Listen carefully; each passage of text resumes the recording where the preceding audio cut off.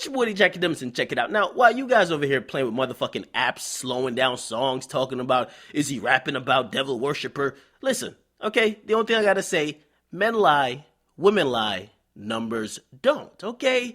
Now, the Billboard Top 200 album list for this week is out, and it tells us who is number one this week. Now, who do you think is number one? Now, it's none other than Fetty Pendergrass. Now, he's exceeded what everybody thought he would sell. I actually came out on record, I said 65,000, right? Now, I said if he went above, that's good. If he went below, clearly a flop. Now, he's actually almost double that. Actually, he did double that, right? Now, he sold 125,000 records, 609. Okay, that's a lot of motherfucking records. Now, that number, right? And we're going to talk about this number because this number is kind of big. It's way more than I predicted. Why was I off? We're going to talk about it because this number actually counts single sales, streaming sales, and also raw album sales. I'll explain the difference in a second. Now, before I illustrate the difference and the big change that him having these hit songs on the charts actually does for somebody's album sales with the new mechanism that they're counting albums with, I just got to give you these facts, right? Now, Fetty Wap has had 4 top 40 singles. Top 40 is what they consider pop, okay? Trap Queen peaked at number 2. My Way peaked at number 7. 679 peaked at number 6. Again, peaked at number 33. Also, RGF Islands on the charts, but it didn't hit top 40, which is still a successful record, just didn't hit top 40.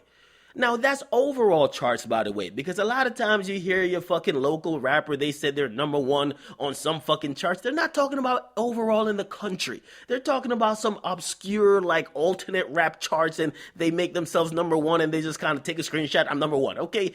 We're talking about legitimately overall. Fetty Wap has been killing it. Not even Drake has been killing it this damn much this year. Fetty Wap is dominated, okay?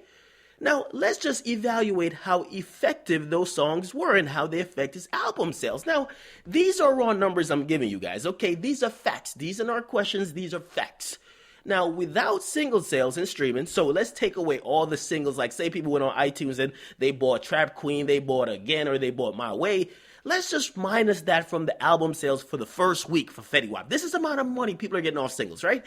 If we remove all the single sales and all the streaming sales from, of course, people listening on Apple Music, Spotify, Tidal. If we remove all of that for the first week sales, he's not number one. He's actually not even number 2. He's actually number 3, okay? Now, number 1 and number 2 would be a rock act named Don Henley. Number 2 would be George Strait.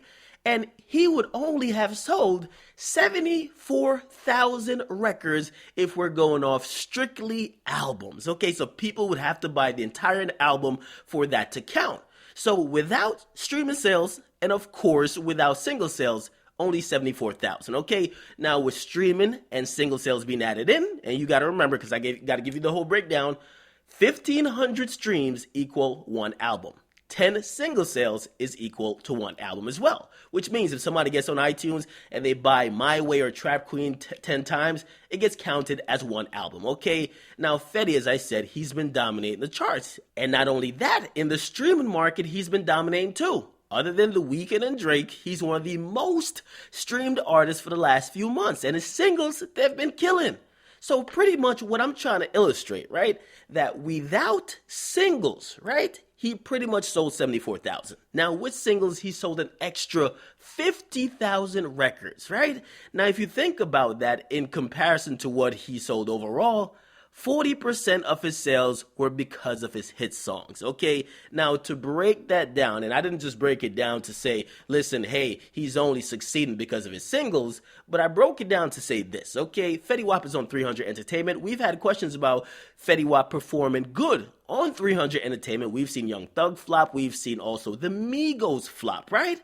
Now, after seeing how Fetty Wap has succeeded, we could now see why Young Thug is pushed back.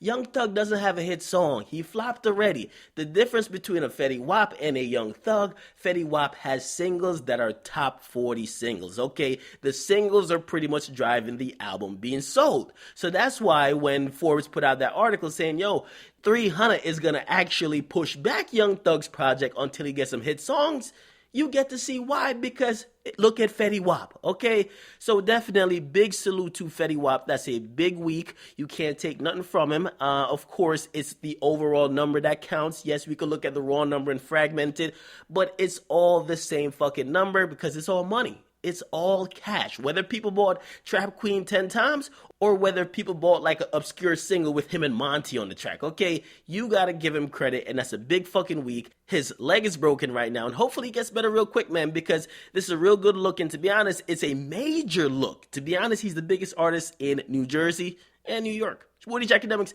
gonna come box. Make sure you guys like, definitely subscribe. What was your favorite song on the album? Did you listen to the album? I was thinking about doing a review, but I think everyone kind of get the gist of the album, right? Okay, gonna come box. Make sure you guys like, definitely subscribe. Woody Academics, I'm out.